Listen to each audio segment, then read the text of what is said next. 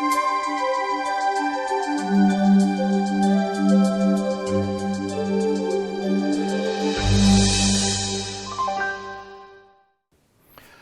again, welcome to the photography shop. Today we're going to cover a single subject. We're going to be in the studio to do portraits using a lighting pattern called clamshell lighting. This is a great lighting pattern to know because it's very flattering to skin.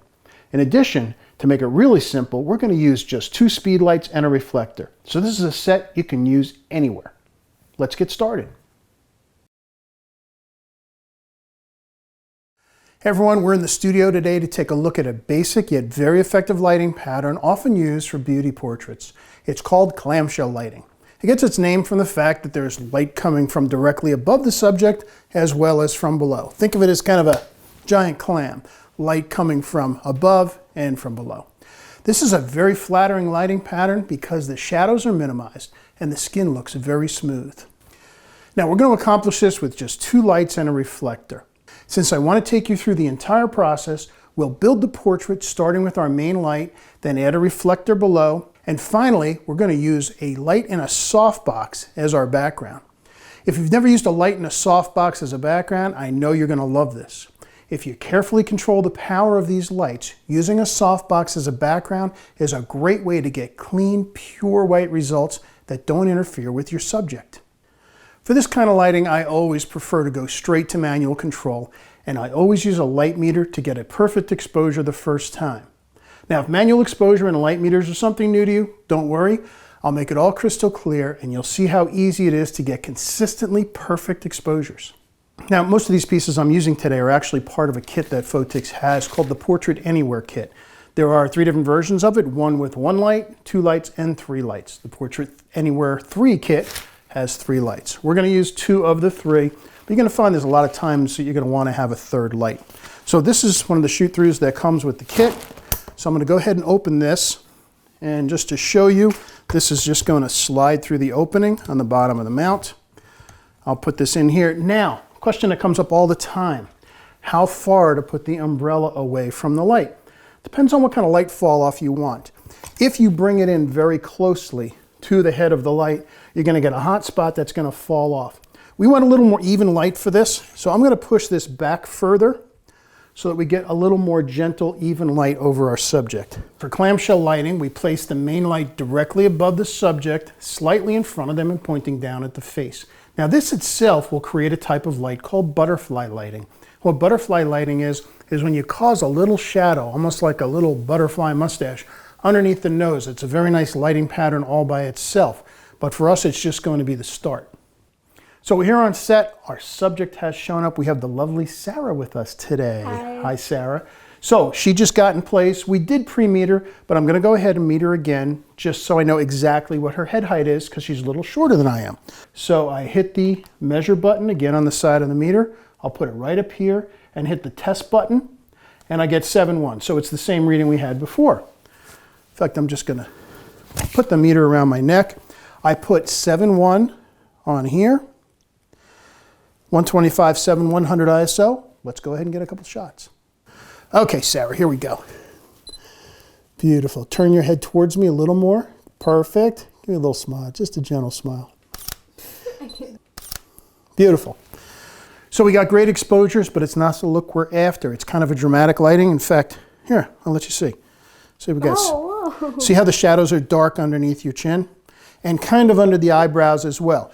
It's a look. It's just not what we're after. If we were doing more kind of a high fashion thing with you, it might be a look I would go for. But we're going to go for a more gentle look. So we're going to add a reflector on a small table right in front of Sarah to open up those shadows. So let's set that up. So I've got Sarah in exactly the same place. Have you moved? Yeah, I did move. Yeah. Well, she rotated. She didn't move. The distance of her to the light hasn't changed. What we've changed is we added a reflector on a table right in front of her. And this reflector has a silver side here and a alternating silver and gold side here. I do like that. It adds a little bit of warmth. I'm not a big fan of the pure gold ones because they just make everything look yellow. Silver is an option, and when we put our background in, we may decide to go with the silver. But I'm going to get this right close to her, and what's happening is the main light is going to reflect down into the silver, and then it's going to open up the shadows somewhat underneath her chin. Now when you add a reflector to the scene, nothing is actually changing to the exposure. Since the reflector isn't technically adding any light, it's only redistributing some of it. So the reading on the face is still going to be the same, even though it's going to look very different because of this change in light distribution. So let's get a couple shots of that. All right, Sarah. Good, just like that. All right. Bring your far shoulder around this way just a little. Nice, right there. Give me a gentle smile. Beautiful. So that's what adding the reflector does. Now we're going to add one more piece. We're going to put a softbox behind her with the light in it. So let's get the softbox set up.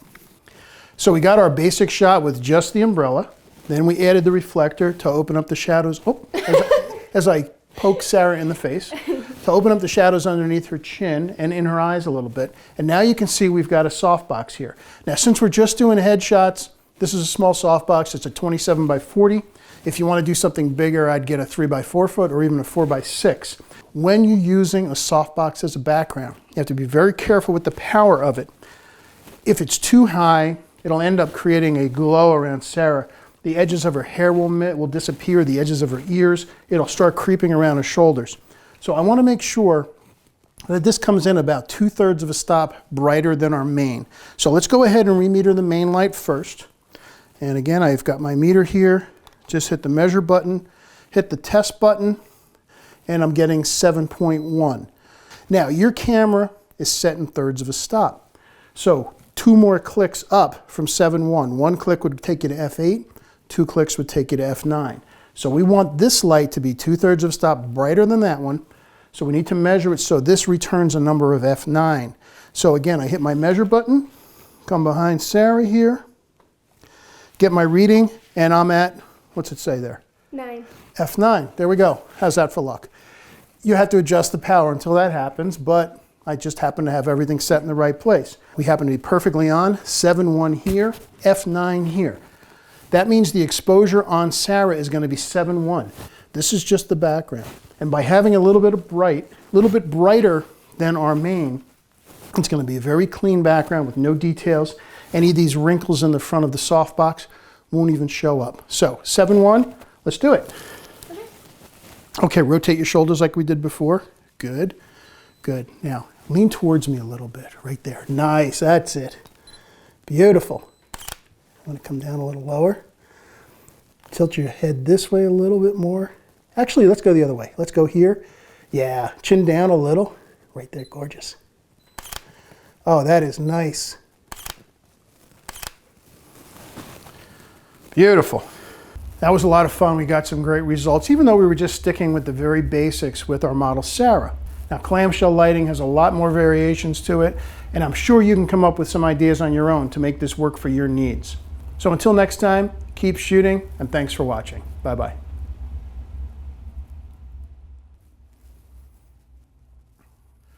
That was a fun set and shoot, and our subject Sarah was thrilled with the results. Now, one thing I like to stress in the videos is that I prefer to show photography with people who look like the clients you're most likely to see. I don't feel it makes sense to have a professional model with a couple of $100 and 2 hours worth of hair and makeup to create fashion photos unless you're a fashion photographer. I want to help you learn the basics of light so that you can apply it to the types of photography you want to do and that your clients will love. There's so much more to see and do, so stop back again and we'll continue to explore together how to create better photographs. See you next time. Bye-bye.